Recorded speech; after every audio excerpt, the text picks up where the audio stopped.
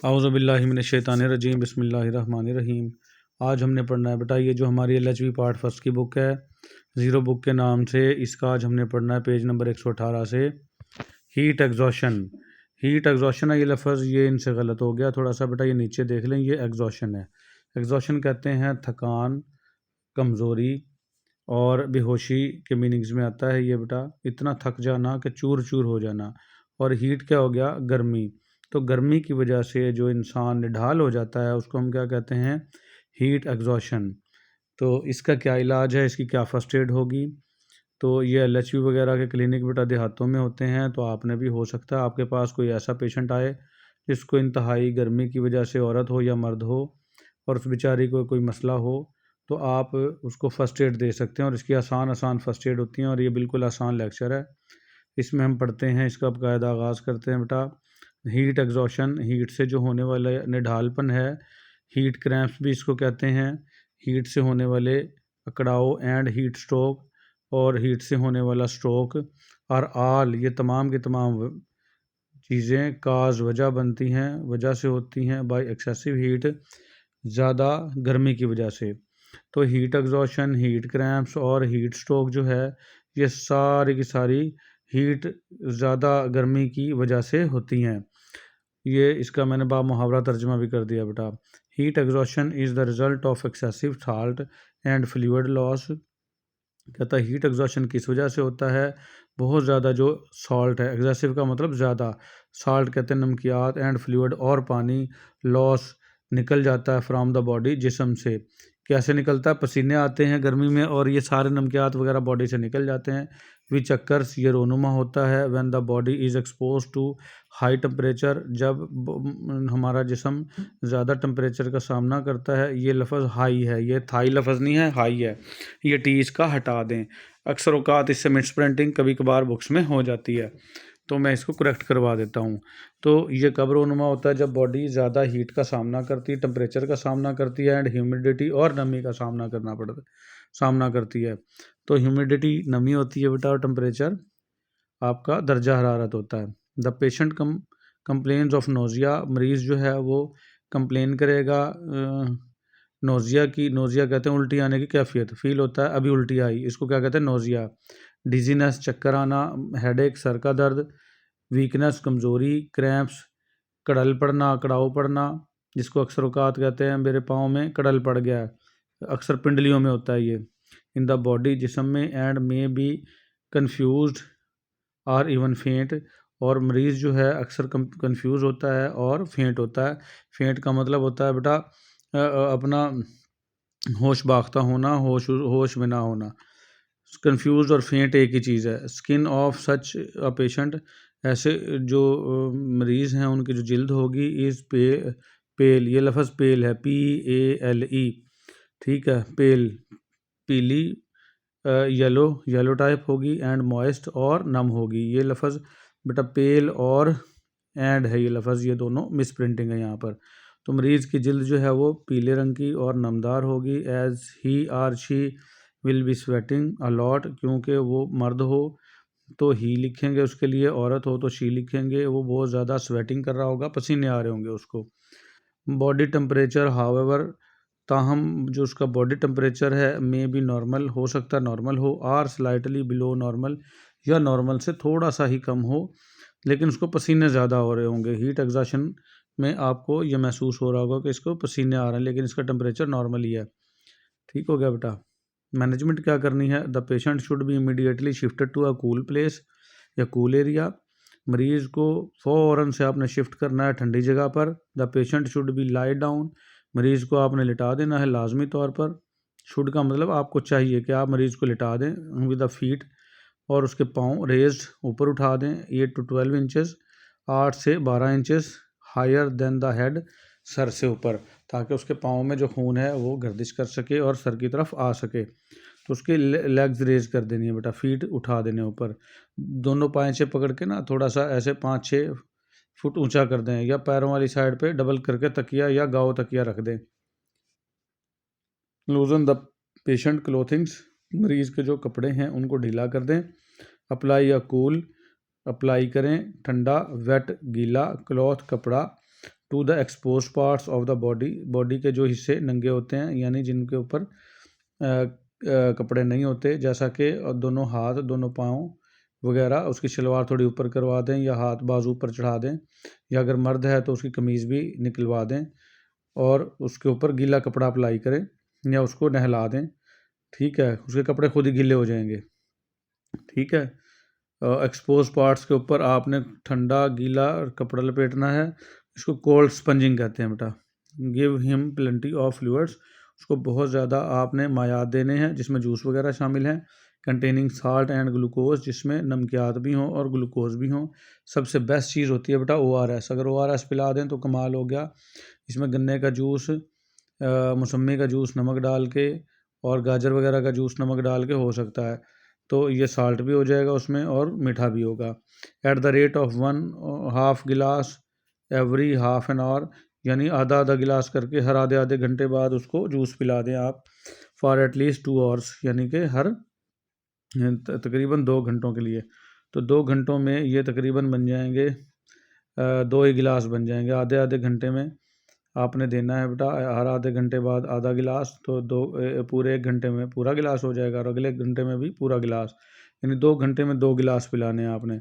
If the patient is vomiting, अगर मरीज़ उल्टी कर रहा हो, गिव दिस फ्लूइड स्लोली, फिर ये आपने ये महलूल बिल्कुल स्लो देना है। That is a table spoon, यानी 1 चाय का चम्मच देना है आफ्टर एवरी 5 मिनट्स, हर 5 मिनट के बाद, क्योंकि अगर ज़्यादा दिया तो उसको उल्टी आ जानी है।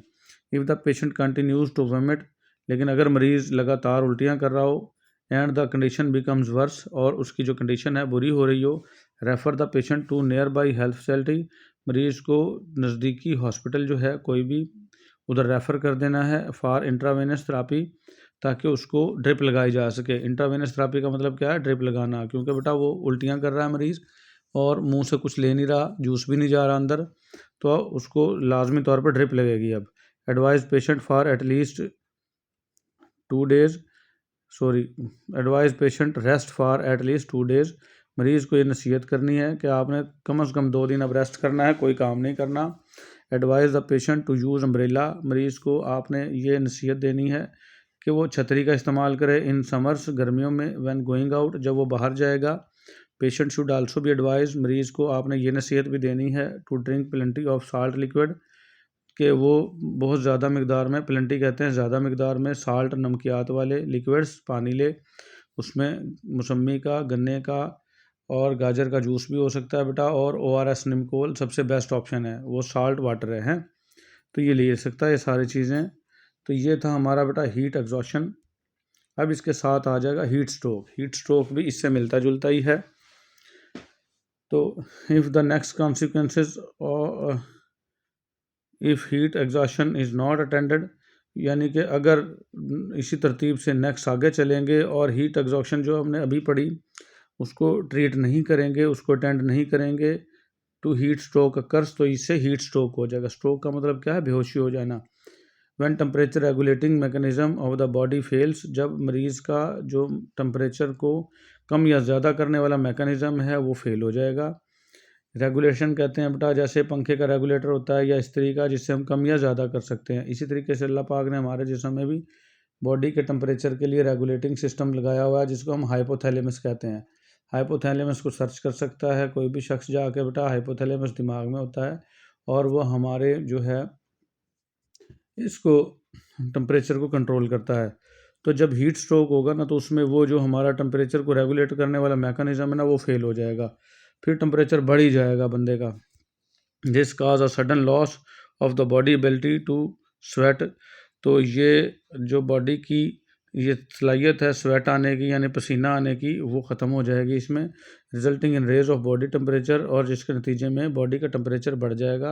अच्छा देखें बेटा, हीट एग्जॉशन में बॉडी का टेम्परेचर नहीं था बढ़ा, वैसे तंगी थी, उल्टियाँ आ रही थी उसको, और लेकिन हीट स्ट्रोक में थोड़ा सा ये फ़र्क है कि इसमें बॉडी का टेम्परेचर बढ़ जाएगा। Immediate care of this condition is necessary, फ़ौरन इस जो हालत है, ये कंडीशन है, इसकी केयर, इसका इलाज यानी ज़रूरी है। टू प्रिवेंट कन्वल्जन्स, दौरों से बचने के लिए, ब्रेन डैमेज, दिमाग के यानी कि जो सेल्स हैं उनके डैमेज से बचने के लिए, और डेथ या मरीज़ की डेथ होने से बचने के लिए फ़ौरन इसके लिए इकदाम ज़रूरी हैं। Heat stroke usually occur in children, heat stroke अक्सर औकात बच्चों में होता है। एल्डरली, बूढ़े लोगों में होता है। ओबेस कहते हैं मोटे लोग, मोटापे का शिकार लोग, उनमें होता है। एंड इन दोज पीपल, और इन लोगों में होता है who are not accustomed to a high temperature, जिनको आदत ना हो हाई टेम्परेचर की। यानी कि कुछ अमीर लोग जो हमेशा घरों में भी एसी और गाड़ियों में भी एसी है और उनको खुदा न खास्ता बाहर रुकना पड़ गया तो उनको हो जाएगा। या कुछ ऐसे लोग जो नारायण कगान या ठंडे इलाकों से या दूसरे मुल्कों से आए हों जहाँ बहुत ज़्यादा ठंड है, तो वो इस चीज़ के आदी नहीं है, अकस्टम्ड नहीं है, उनको ऐसा हो जाएगा इधर आते ही गर्मी में। डायरेक्ट एक्सपोजर टू द सन, अगर डायरेक्ट सामना कर लिया सूरज का, is not necessary for this condition, ये ज़रूरी नहीं है इस कंडीशन के लिए टू अक्कर के ये रोनुमा हो, यानी सामने सूरज के आने से ज़रूरी नहीं ये हो जाए। तो ये क्या है, prolonged activity in hot environment, ये कब होगी, जब आप देर तक काम करते रहेंगे इस गर्म इन्वायरमेंट में। Result in loss of water, जिसके नतीजे में पानी निकल जाएगा, एंड साल्ट और नमकियात निकल जाएंगी फ्राम द बॉडी, जिस्म से, थ्रू प्रोलॉन्ग्ड हैवी स्वेटिंग, देर तक बहुत ज़्यादा जो पसीना है वो आता रहेगा, तो इस वजह से उसके नमकियात निकल जाएंगे बॉडी से। The patient usually complains of feeling extremely hot, मरीज़ ये शिकायत करेगा कि मुझे बहुत ज़्यादा गर्मी फील हो रही है, विद हेडेक, और इसमें मेरे सर में भी दर्द है, फेंटनेस यानी मलेस, यानी मेरा चेता रल रहा है, सराकी में कहेंगे, यानी होश बाख्ता होना, फेंटनेस हो रही है, मुझे कुछ समझ में नहीं आ रही चीज़ें, नोज़िया उल्टी आने की कैफियत हो रही है, एंड वोमिटिंग, और उल्टी हो भी रही है, एंड पॉसिबल कोलैप्स, और हो सकता है उसको बेहोशी भी हो जाए। तो ये सारे उसकी अलामात हैं बेटा हीट स्ट्रोक की। हीट स्ट्रोक जो है और हीट एग्जॉशन में यही फ़र्क है कि हीट स्ट्रोक में टेम्परेचर बहुत ज़्यादा हो जाएगा, 105 डिग्री तक भी जा सकता है, इसमें आगे पढ़ेंगे हम। द स्किन में बी हॉट, उसकी जल्द गर्म होगी, रेड लाल हो जाएगी, एंड ड्राई और खुश्क हो जाएगी। There will be no sweating body, there will be no sweating, और कोई पसीना नहीं आ रहा होगा। देखें हीट एग्जॉशन में पसीने आ रहे थे, टेम्परेचर ज़्यादा नहीं था, लेकिन हीट स्ट्रोक में क्या है, पसीने नहीं आ रहे और टेम्परेचर बढ़ गया, ये थोड़ा सा उलट है उससे। बॉडी टेम्परेचर में भी हाई, इसका बॉडी टेम्परेचर बहुत ज़्यादा होगा, यानी बुखार हो जाएगा उसको इन सम केसेस, और कुछ केस ऐसे होंगे it will be as high as 105 degree Fahrenheit, और ये इतना हो जाएगा कि 105 डिग्री फ़ारेनहाइट तक भी पहुंच सकता है। The pulse will be fast and strong, उसके दिल की धड़कन तेज़ होगी और स्ट्रॉन्ग होगी। मैनेजमेंट कैसे करनी है हीट स्ट्रोक की, shift the patient to cool area immediately, मरीज़ को फ़ौरन ही ठंडी जगह पर मुंतकिल करना है। रिमूव द क्लॉथिंग, उसके कपड़े उतारने हैं। परफॉर्म कोल्ड स्पंजिंग, उसको ठंडी पट्टियाँ करनी है विद कोल्ड वाटर, ठंडे पानी से, और आइस और अल्कोहल, या उस आपने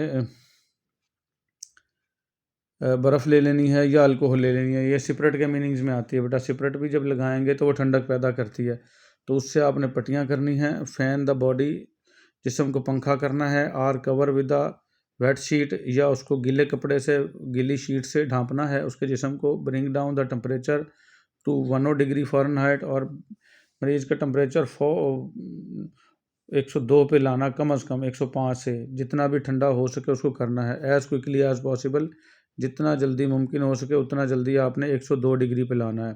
stop the vigorous strong cold spongin, ठीक है, जो आप शिद्दत के साथ ठंडी पट्टियाँ कर रहे थे उसको स्टॉप कर देना है, but continue fanning the body till the temperature is drop to 100 degree Fahrenheit, लेकिन जिस्म को पंखा करना जारी रखना है जब तक मरीज़ का टेम्परेचर जो है 100 डिग्री फ़ारेनहाइट तक नहीं आ जाता। ठीक है, 102 पे ला के आपने पट्टियाँ बंद कर देनी हैं, पंखा जारी रखना है, फिर पंखे से ही उसका टेम्परेचर कितना आ जाएगा, 100 पे आ जाएगा। सिप्स ऑफ कोल्ड वाटर, उसको एक एक घूंट करके, सिप कहते हैं एक एक घूंट करके पिलाना, छोटी छोटी चुस्कियाँ लगवाना, ठंडे पानी की लगवानी है विद साल्ट एंड ग्लूकोज, जिसमें नमक भी हो और ग्लूकोज भी हो। उर्फ़ आम में ये कह रहा ORS की हैं।